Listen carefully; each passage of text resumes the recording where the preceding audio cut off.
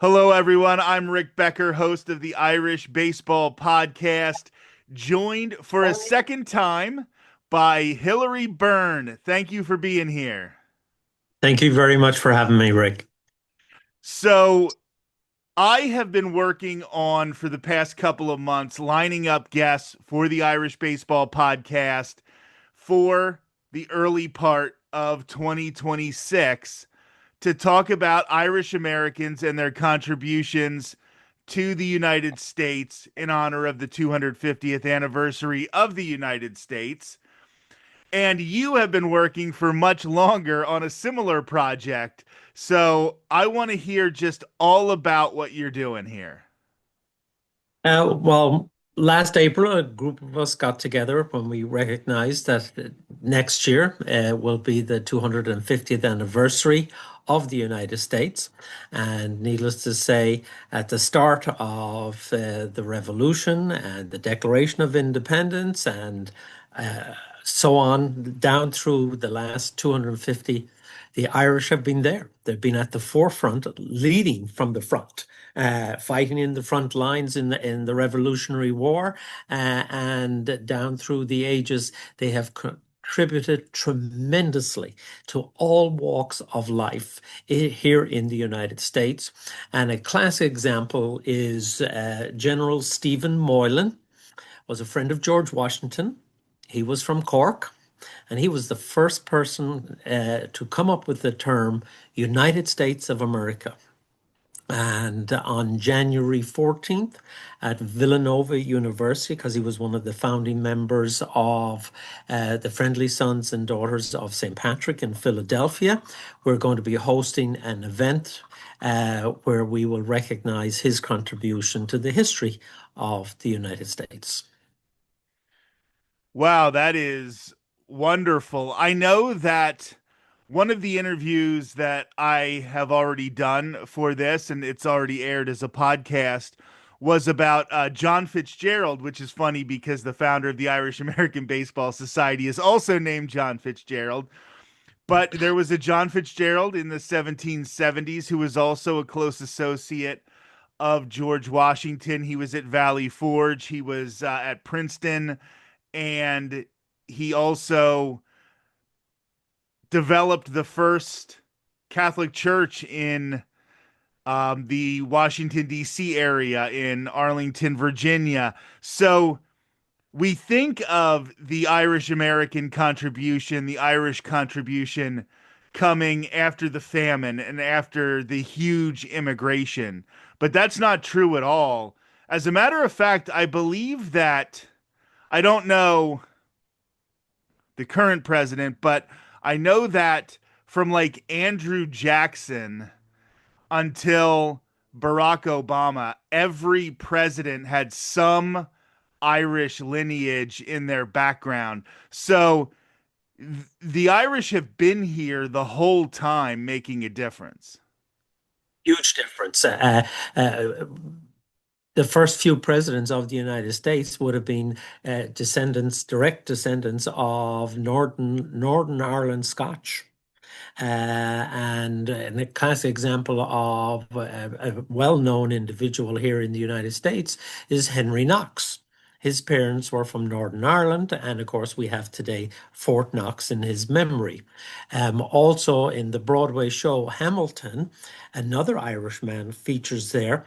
He was the tailor spy for George Washington in New York during the Revolution, and information that he was able to collect and pass on saved George Washington's life at least twice, if not three times. And that's Hercules Mulligan.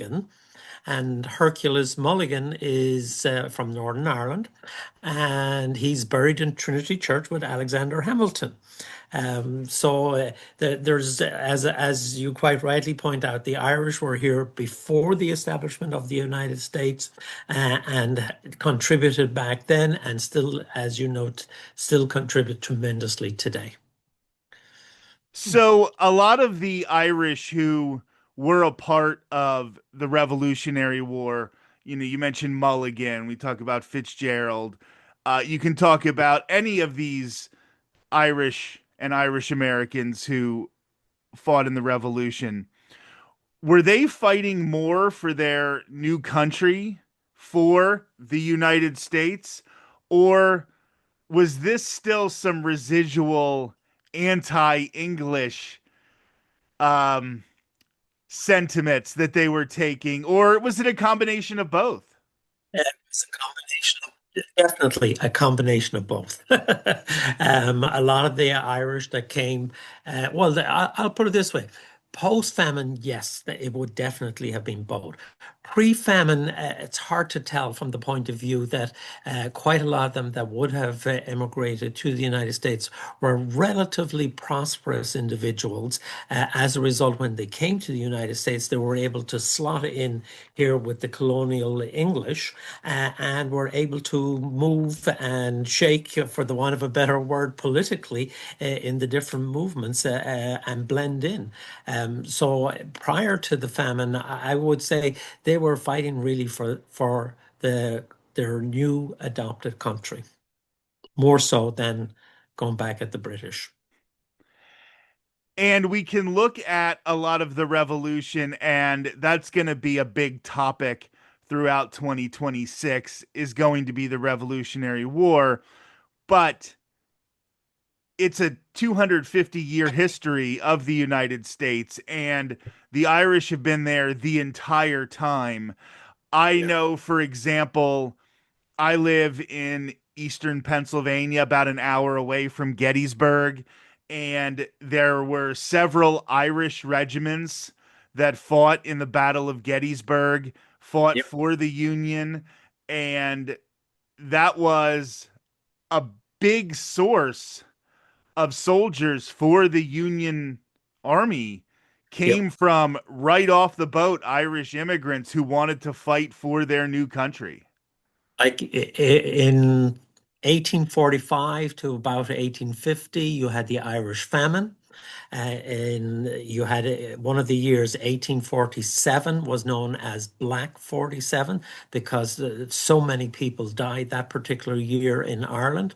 But and the following year, 1848, you had a revolution, a rising in Ireland, the Young Irelanders. And out of that, obviously failed rebellion, came Thomas Francis Moore, who ended up, he was the designer of the modern day Irish flag. He ended up being sent to Van Diemen's Land. He escaped, came to New York. He was a lawyer in Ireland and he became a well-known auditor, not auditor, orator here in New York.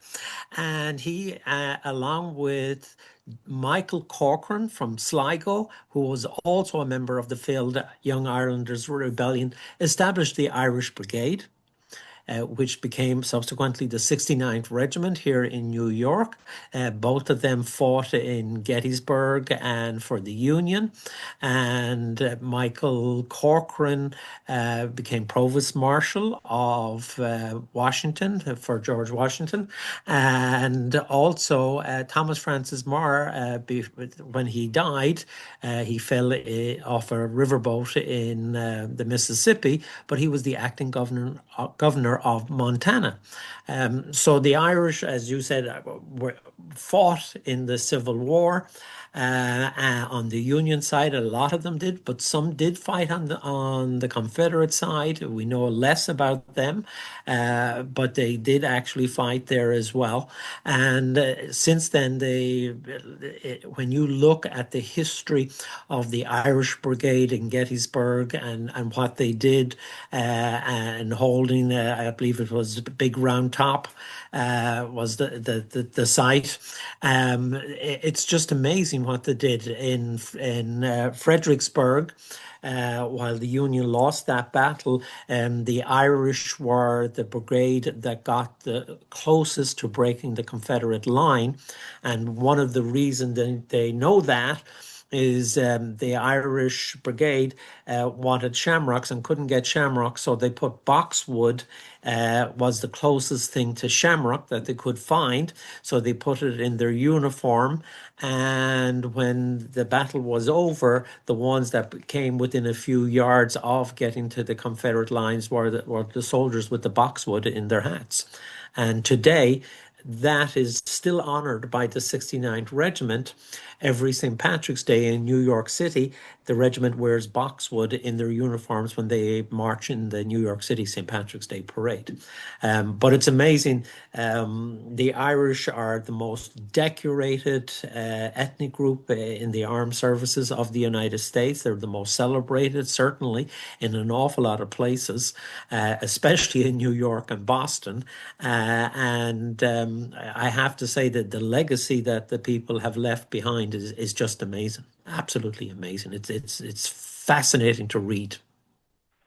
And the memorial to the 69th Regiment in Gettysburg, if you ever have the chance to visit it, it is beautiful. It is a huge Celtic cross. And then at the base, they have Yeah, an Irish wolfhound sleeping on the base of the monument. It is absolutely gorgeous.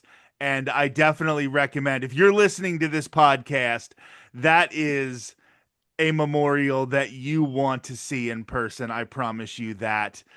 yeah. And around oh, Gettysburg is absolutely amazing. I would highly recommend it for anybody who's even slightly interested in history to go visit. It is just a fascinating place. and around that same time, maybe a little bit earlier, we had a guest on the show. He wrote a book, When the Irish Invaded Canada.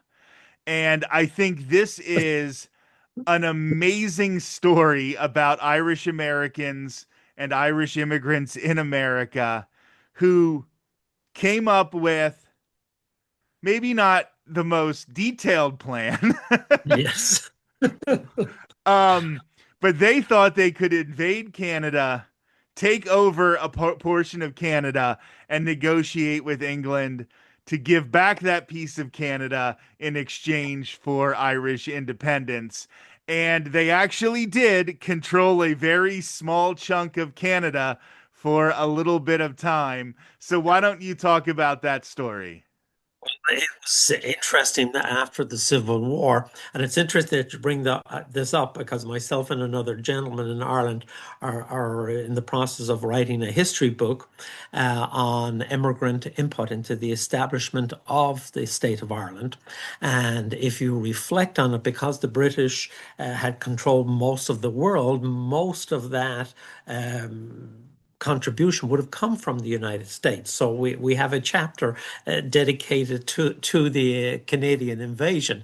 The Fenian movement post the Civil War split, and the majority of the Fenians thought that invading Canada was a good idea. And the funding, obviously, most of the funding that the Fenians had went towards that project. Needless to say, in hindsight, you shake your head and you go, what were they thinking of? But they, in their infinite wisdom at that time, felt that there was logic in it. So you had the Battle of Niagara. So if you go up to Niagara Falls, make sure you go across the border and go slightly north of the city, and there's like a roadway that goes down, and that's where the Battle of Niagara, where the Fenians, mostly members of the 69th and the Irish Brigade, fought a battle with the British Army and subsequently had to withdraw and back to Buffalo. And part of their reinforcements were prevented from crossing the border into Canada. So it was highly embarrassing for the US government at the time, as well as to the Irish from the point of view that it was a failed exercise, a waste of manpower, a waste of resources that could have been better used if they had thought it out a little longer and got some of that to Ireland. But at that point in time, Ireland wasn't in a position to launch another rising after the failed Young Irelanders rebellion of 1848. So I still marvel, like, what were those guys thinking? It behooves me as to why they thought it was a good idea, but obviously they did, and they were bright, intelligent people in the movement at that point in time. And when I say bright, intelligent people, I'm talking lawyers, highly educated individuals that would have been part and parcel of and of course. One of the things that always happens is infiltration and spies and all of that, and of course that occurred as well. So that there was the British were fairly well prepared for an invasion in Canada when the time came. And not only have Irish Americans and Irish immigrants played a part in the United States story and the United States quest for independence, but those Irish Americans stayed in touch with Ireland and stayed interested in the Irish story. So when it did come time for the Irish to try another rising, they actually relied a lot on Irish Americans and they tried to rally Irish Americans. So in the early parts of the 20th century, around the time of the Easter Rising in Ireland, you had James Connolly over in the United States doing union organizing, and you had Eamon de Valera coming over to the United States with Harry Boland and trying to raise money and raise political clout for the Irish Republic. So even though these Irish Americans, some of whom were in the United States for generations, they still were interested in the Irish question and they were willing to help in the eventual independence of Ireland. In the proclamation, the Irish Proclamation, you have a line, Ireland's exiled children in America. And that's very, very significant because why would the founders and the writers of that proclamation put in that unless there was tremendous, and there was, support from the United States? And I'll give you one such example that's not really known, but Owen MacNeill received two checks from New York in 1914 to help establish the Irish Volunteers. Those checks in today's money were the equivalent of about $4 million. And nobody really knows about that. When it came to the establishment of the state and the funding of the Revolutionary War, again, an awful lot of funding came from the United States, particularly the New York area. Boston certainly did help in Philadelphia, but New York was, in essence, a beehive of activity for Irish causes at that time. There's no doubt about it. And right now we're talking about some of the big moments. I mean, maybe the Irish invasion of Canada wasn't a huge moment, but the Revolution, the Civil War, and then, of course, the Irish War for Independence.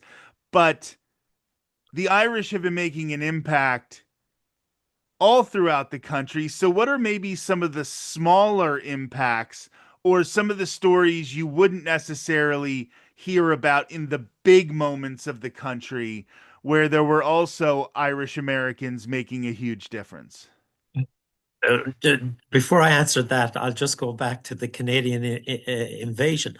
Most people have no idea that that ever happened. It is like one of those lost chapters in US history and in Irish history, which is amazing.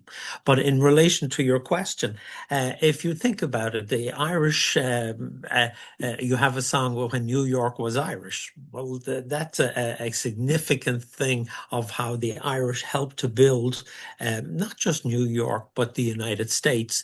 You had a Catholic school system that started because the Irish very quickly realized that they need to be educated in the ways of the country.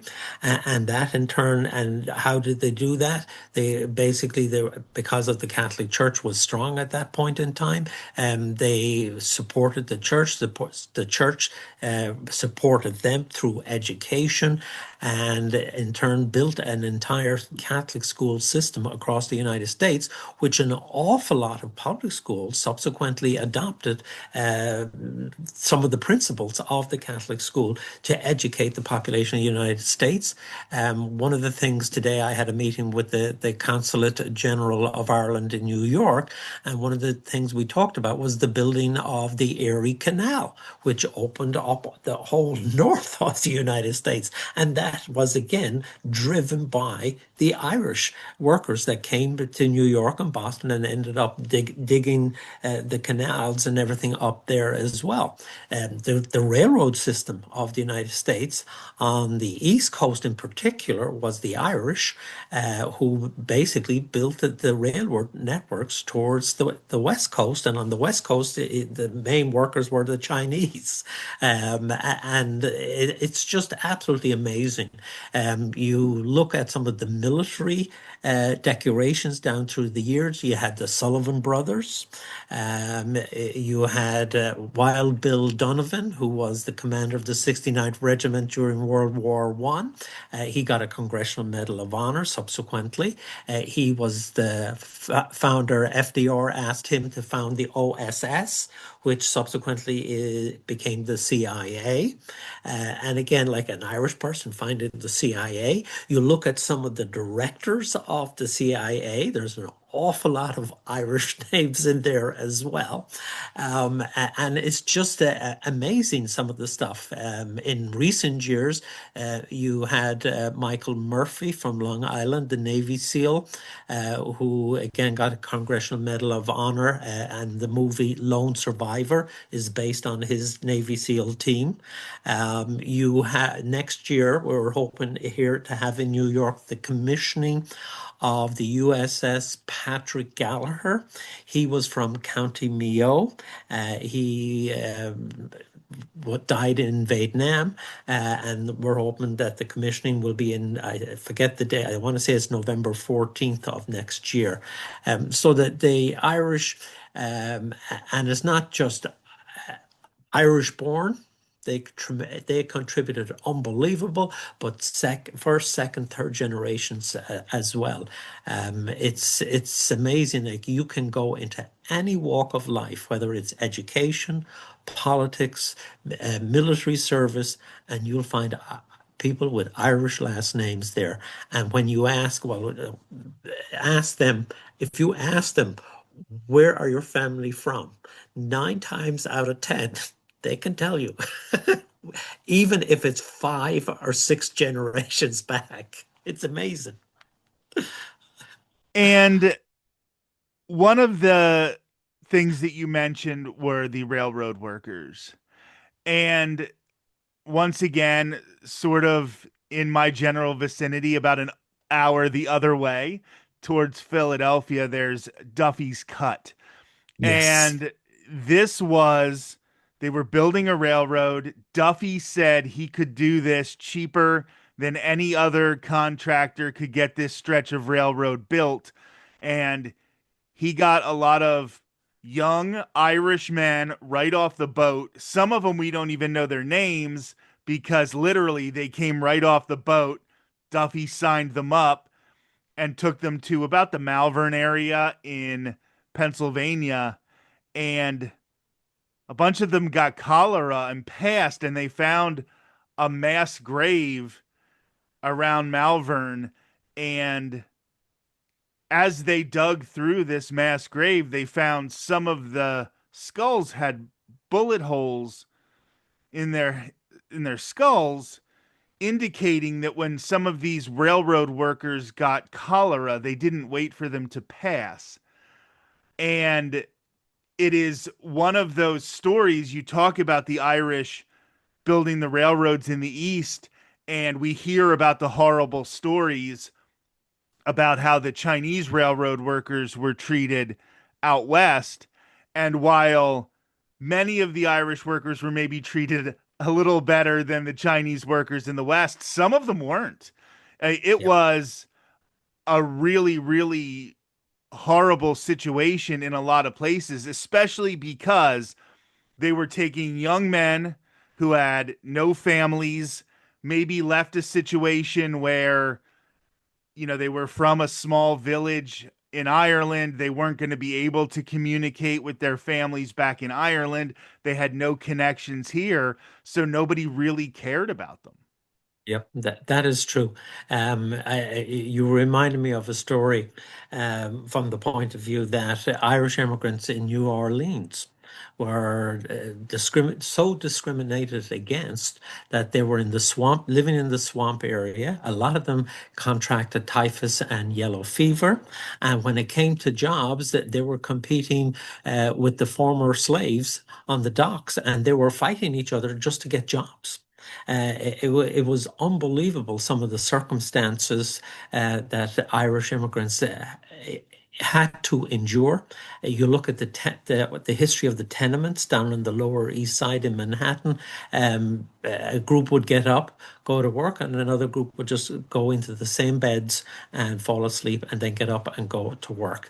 The sanitation was just out the window. There was really little to nothing. And when it came to healthcare, forget about it. It was just next to impossible. And that's one of the reasons why the community leaders back then very quickly realized education was a way out.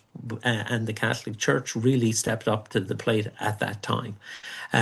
When you talk about Duffy's Bluff, in Staten Island, they were building a parking lot in the 1970s, and they found a whole pile of skeletons. And back then, you didn't have conservation laws in place and stuff like that, so a whole pile of them got dumped. Subsequently, later on, they wanted to build a building on the parking lot.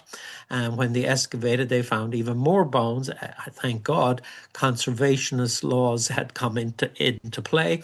And as a result, they were able to find and piece together 86 skeletal remains, mostly Irish, and they were reinterred at the same site in two coffins, and they were part of the quarantine station that was on Staten Island during the right around the time of the famine. And they're quite confident that the majority of those bones would have been Irish.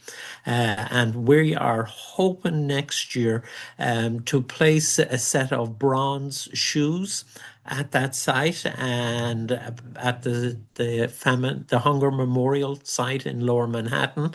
We're also hoping to do two in Boston, which would symbolize the poor Irish immigrants that came post-famine and during the famine. It's going to be part of the extension of the global Irish Famine Way. Last year, 7 bronze shoes were installed in Canada, and the first set were installed in Liverpool. And why Liverpool? Because when a lot of poor Irish left Ireland during the famine in particular, their first protocol was from Dublin to Liverpool, and then from Liverpool across the world. So that's going to be play out again next year as part of the history of Irish America 250th, and we're hoping to get a lot of local interest in that, because when the bronze shoes get installed, there will be a QR code, and we will want local people to write the history of the Irish in that area, and then it will be hosted on the national website at the National Famine Museum in Strokestown in County Roscommon in Ireland. And when the project, it'll be a multi-year project, but we're hoping to start it as part of Irish American 250th next year. But when completed, it'll be a 25,000-mile heritage trail that'll basically be like a spider's web across the world. That'll basically, the center of it will be County Roscommon, Strokestown House, where the National Famine Museum is located. And I am never going to miss an opportunity to mention that back in 2022, I walked the National Famine Way from Oh, Strokestown you did? to the Famine Memorial in downtown Dublin. I walked the entire length of it. So you would see every so often, you would see these bronze shoes. They would be on a slab of concrete or on marble or something like that. And every so often, you would find them, and there would be a QR code where people could tell the story of, the people in that area as they made their way to Dublin and eventually to Liverpool or Australia or the United States or somewhere like that. You actually mentioned Liverpool, and I think a lot of people think of the Beatles as being a British band, but all four of them had Irish roots, which is really cool. We think of bands like Oasis and the Yes. Gallagher brothers, very, very proud of their Irish roots. And this is something that, you think of the Irish in the United States and still holding on to their heritage, but they very much do it in other parts of the world as Uh, well. There's a very famous British pop star. Hopefully, it's Dido, Dido, I believe is her name. Anyway, a little unknown fact is when her father was dying because he grew up in Dublin, she sang him Raglan Road on his deathbed. And it's just amazing how proud even first, second, third generations are of their connections to Ireland. And as I said to you earlier, if you ask an Irish American, well, you've got an Irish last name, what's the connection? 9 times out of 10, they can tell you, which is just amazing. I feel quite confident that a lot of other ethnic groups would not be able to do that to the extent that the Irish do.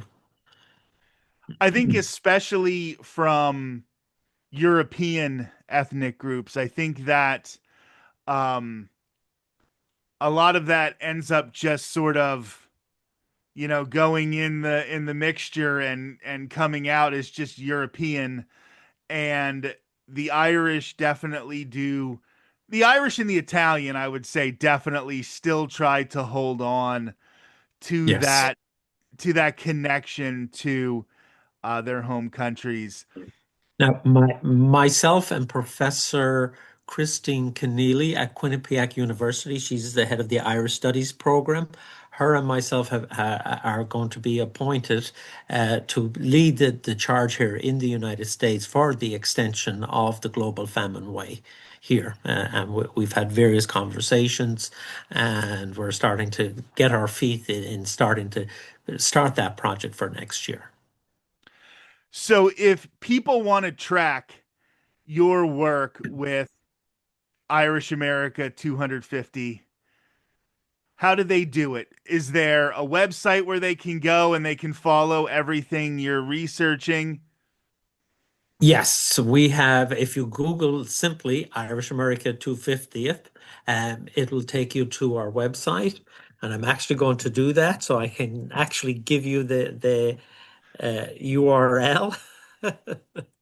Um, but we have listed, we have a sequence of event. It's literally Irish America 250.org. And we're populating a list of events as we schedule them across the country. We're hoping to have a night across America in July, in the week before the 4th of July. So it'll be more end of June than July, should I say. Why? Because there'll be so many events that'll cloud out that celebration. But the idea is to promote a night across America where Irish Americans can go out, have a drink, and celebrate being Irish on a national level. The other one is we want the young people to join, and again, we're still teasing out the details of it, but a night of hooligans where again they go out and they celebrate being Irish. As I said, we have the event on January 14th at Villanova University, where we will honor uh, Stephen Moylan, who coined the first person to coin the phrase United States of America. We're going to have the event honoring Henry Knox on January 24th in Springfield, Massachusetts. We're hoping to have a flag raising the first week in January in New York City at Bowling Green. And invite all as many ethnic groups as possible. But the flag raising will be the Irish flag and the US flag. And why Bowling Green? Because when the Irish got off the boat at Staten from Ellis Island, they would have had to walk through Bowling Green. It's right there where the boat would have come off by Fort Clinton. And in essence, Bowling Green would have been the gateway to America for hundreds of thousands of Irish immigrants coming to New York. We are also working on having events in Washington around President's Day, an event at the Dubliner. We're hoping to honor Hercules Mulligan, who again was the Taylor spy in Manhattan. So there's a whole host of events, and we're working with. We want Irish groups to reach out to us because we can help them promote events around their shared history in that area. And I think it's very, very important. We're working with the Irish Cultural Centre in Boston with the Bronze Shoes, as well as hosting lectures on the history of the Irish in Boston and in New York.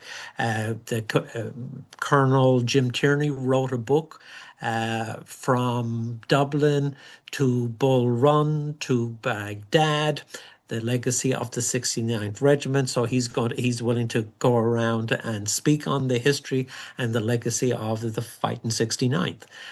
So there's a lot coming down. It's a program that is evolving. And when I say evolving, as people hear about it, they go, oh my goodness, I got to reach out and see, can we get this event put on the schedule? Or I have a great idea for an event and we can help obviously promote it. We're working with the Irish Embassy in Washington. As I said earlier today, I had a meeting with the Irish Consulate here in New York. Morgan Sullivan is in Florida. He had a meeting with the consulate in Miami. We have Jim Gaffey in Atlanta. He's also mobilizing the Scotch Irish down in the south. We have Kevin Sullivan, who is really the brains behind the whole thing. He is in Bethesda and is working in Washington on getting events around St. Patrick's Day up and running. And we're obviously looking for people on the West Coast because, again, the Irish went everywhere. And while we have a lot of contacts on the East Coast, we're lacking on the West Coast, and we certainly do want to promote the history of the Irish on the West Coast as well. That was just amazing. Hilary Beirne, I want to thank you so much for being here.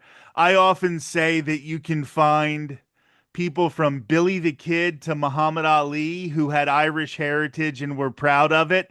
So, as we celebrate the 250th anniversary of the United States, it is important to remember everybody who has that proud heritage, and you are certainly doing the work. Thank you so much for being here. Thank you. And as I said to you, if anybody has any ideas and want to become part of our organization, just Google Irish America 250 and send us a note and we'll get back to you because we're anxious to promote as much as possible the rich, rich, rich history that we have here in this country.